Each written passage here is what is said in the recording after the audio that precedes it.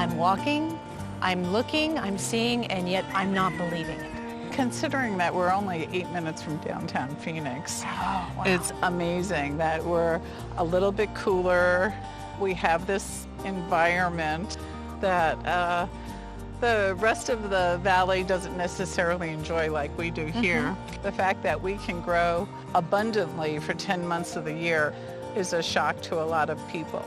Just outside of Phoenix, you'll find a true oasis in the desert with acres of greenery, tall trees, and organic gardens. The farm not only represents this area's agrarian past, but also, perhaps, more audaciously, its future. Your mission is to have a sustainable landscape that then feeds into restaurants. And this is a vision that people wouldn't think possible in the desert. South Mountain is becoming such an important part of Phoenix, and we are really striving to be an integral part of that. We are reaching out, we're doing a lot of community outreach. We have Gather and Grow, which is our sustainability arm that goes out to schools. We also bring school tours here. We teach kids how to plant things. Now, of course, helping you with this massive vision of the farm is your own son. I know, isn't that amazing? You can't fire him, though, can you?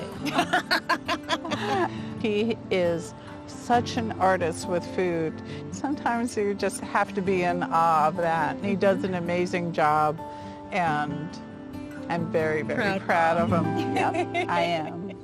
Tucked away in an almost hidden corner is one of the 3 restaurants on this property. Quiessence has been farm to table before that was even a thing.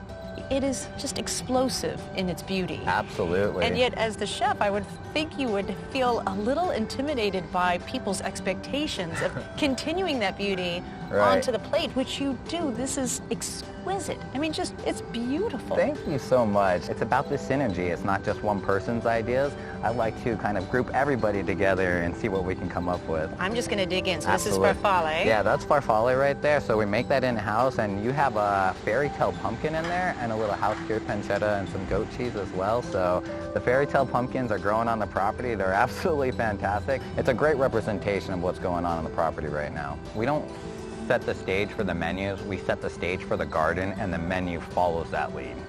So we like to kind of come up with some new ingredients that maybe we haven't worked with before. I challenge my grower, say, hey, see if you can grow this in Arizona. And if it comes around, then it's going to make its way onto the menu, and we'll develop a set based off of that ingredient. It's definitely, this is highly sustainable, it being on the property, but it's, in my mind, it's about supporting the people of your region. You know what I mean? And that's what I really thrive off of. And then all of a sudden you look at your menu and you're just like, oh my goodness, this is like 90 to 100% local. We did it. We did it, exactly. If it can happen here, it can happen everywhere.